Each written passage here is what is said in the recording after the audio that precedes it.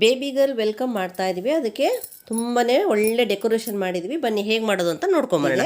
ಇದು ಹೊಂಗೆ ಗಿಡ.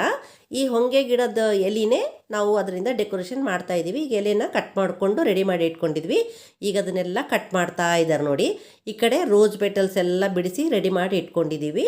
ಈ ಕಡೆ ಇನ್ನು ಒಂದು ಇದು ಚೆಂಡು ಹೂವಿಂದು ಆರೆಂಜ್ ಕಲರ್ದು ಕಟ್ ಮಾಡಿ ರೆಡಿ ಮಾಡ್ತಾ ಇದ್ದಾರೆ.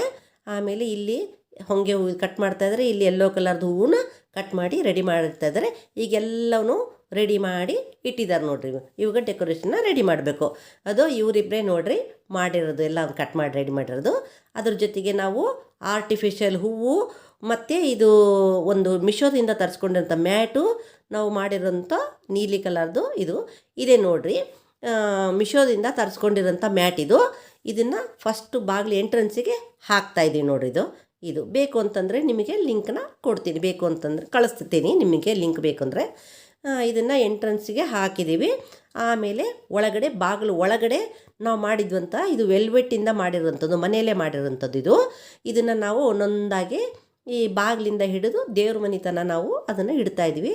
ಅದ್ರದ್ದು ಅಕ್ಕಪಕ್ಕ ಚೆಂಡು ಹೂವಿಂದ ಆರ್ಟಿಫಿಷಿಯಲಿಂದ ಇಟ್ಟಿದ್ದೀವಿ. ನಾ ಹೇಳಿದ್ನಲ್ಲ ಹೊಂಗೆ ಹೂವಿಂದು ಇದ್ರದ್ದು ಹೊಂಗೆ ಗಿಡದ್ದು ಎಲೆ ಅಂತಂದೇಳಿ ಕಟ್ ಮಾಡಿದ್ದು, ಅದನ್ನು ಈ ಕಡೆ ಭಾಗ ಮತ್ತು ಈ ಕಡೆ ಎರಡೂ ಕಡೆ ನಾವು ಅದನ್ನು ಅರೇಂಜ್ಮೆಂಟ್ ಮಾಡ್ತಾಯಿದ್ದೀವಿ. ಹಾಗೆ ಆರೆಂಜ್ ಕಲರ್ ಚೆಂಡು ಹೂವಿಂದೂ ಆ ಕಡೆ ಈ ಕಡೆನೂ ಹಾಕ್ತಾ ಇದ್ದಾರೆ ನೋಡಿರಿ. ಒಬ್ಬರು ಇಲ್ಲಿ ಯೆಲ್ಲೋ ಕಲರ್ದು ಚೆಂಡು ಹೂವಿಂದು ದಳನೂ ಹಾಕ್ತಾ ಇದ್ದಾರೆ. ಈಗ ಮಧ್ಯದಲ್ಲಿ ಒಬ್ಬರು ಗುಲಾಬಿ ಹೂವಿಂದು ದಳನ ಎಲ್ಲ ಇಟ್ಬಿಟ್ಟು ಚೆನ್ನಾಗಿ ಅರೇಂಜ್ಮೆಂಟು ಮಾಡ್ತಾಯಿದ್ದಾರೆ ನೋಡಿರಿ. ಈಗ ಇದು ಈ ಥರ ಕಾಣಿಸ್ತಾ ಇದೆ ನೋಡ್ರಿ. ಇದು ಈ ಥರ ಎಲ್ಲ ಬಾಗಿಲಿಂದ ಹಿಡಿದು ಇದ್ರ ತನಕ ಹಾಕ್ಕೋಬೇಕು. ಇವನು ನಮ್ಮ ಅಳಿಯ, ಈ ಕಡೆ ಒಬ್ಬತ್ತು ಅಳಿಯನೇ ಕೆಲಸ ಮಾಡ್ತಾ ಇದ್ದಾರೆ. ಅವರು ಎಲ್ಲರೂ ಸೇರಿ ಕೆಲಸ ಮಾಡ್ತಾ ಇದ್ದಾರೆ ನೋಡ್ರಿ.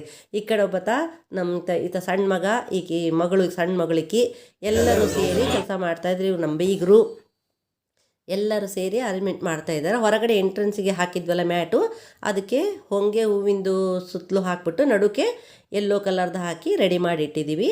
ಈಗ ಒಂದು ಫೈನಲ್ ಲುಕ್ಕು ತೋರಿಸ್ತಾ ಇದ್ದೀನಿ ನೋಡಿದ್ದು. ಈ ಥರ ಆಗಿದೆ ನೋಡಿರಿ. ಇಷ್ಟು ಕಲರ್ ಕಾಂಬಿನೇಷನ್ ಎಷ್ಟು ಚೆನ್ನಾಗಿ ಆಗಿದೆ ಅಂದರೆ ಅಷ್ಟು ಚೆನ್ನಾಗಾಗಿದೆ. ನೋಡ್ಲಿಕ್ಕೂ ಅಷ್ಟು ಚೆನ್ನಾಗಿ ಕಾಣಿಸ್ತಾ ಇತ್ತು. ತುಂಬ ಚೆನ್ನಾಗಿ ಬಂದಿದೆ. ನನಗಾದರೂ ತುಂಬ ಇಷ್ಟ ಆಯಿತು. ನಿಮಗೆ ಹೇಗಾಗಿದೆ ಅಂತಂದೇಳಿ ಕಮೆಂಟ್ ಮಾಡಿ ತಿಳಿಸಿ. ನೋಡಿ ಈ ಥರ ಬಂದಿದೆ ಲುಕ್ಕು. ಹೇಗೆ ಕಾಣಿಸ್ತಾ ಇದೆ ಅಂತಂದೇಳಿ ಕಮೆಂಟ್ ಮಾಡಿ ತಿಳಿಸಿ. ಈಗ ನಾವು ದೇವ್ರ ಮನೆ ತನಕ ಇದನ್ನು ರೆಡಿ ಮಾಡಿದ್ದೀವಿ. ಹಾಗೆ ಅವರು ತೊಟ್ಲ ತೊಗೊಂಬಂದಿದ್ರು.